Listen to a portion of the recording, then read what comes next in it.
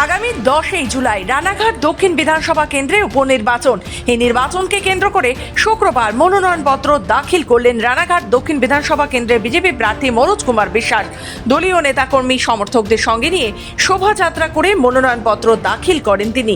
এদিন প্রার্থীর মনোনয়নপত্র দাখিল করার সময় উপস্থিত ছিলেন রানাঘাট দক্ষিণ সাংগঠনিক জেলা বিজেপির সভাপতি পার্থ সারথী চট্টোপাধ্যায়, চাকদা বিধানসভার বিধায়ক বঙ্কিম ঘোষ, রানাঘাট উত্তর ও পশ্চিম বিধানসভার বিধায়ক অসীম বিশ্বাস সহ একাধিক বিজেপি কর্মী সমর্থকেরা।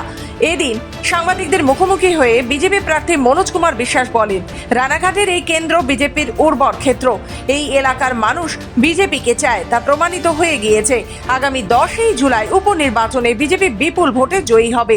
লোকসভায় এই কেন্দ্রে 37,000 ভোটে বিজেপি লিড পেয়েছিল, এবার সেটা 50,000 হবে।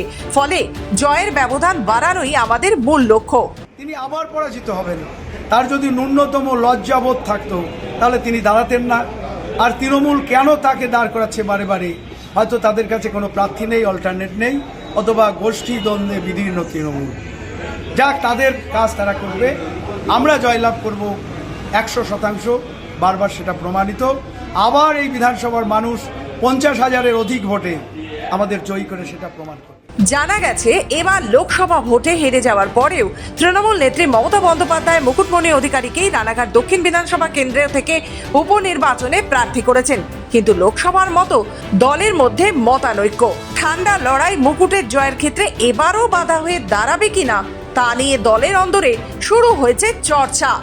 নদিয়া থেকে সুদীপ বিশ্বাসের রিপোর্ট, খবর বাংলা।